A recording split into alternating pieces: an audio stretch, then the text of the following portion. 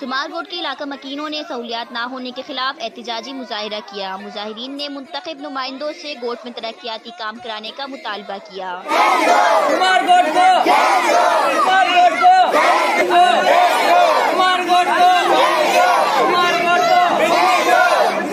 सुमारगोट welfare office से main national highway तक एहतजाजी rally निकाली गई। इस मौके पर मुजाहिरीन से खिताब करते हुए कहा कि सुमारगोट में कई अरसे से कोई तरक्याती काम नहीं किया गया। हजारों घरों पर मुश्तमिल गोट इस तरक्याती दौर में भी बुनियादी सहूलतों से महरूम है।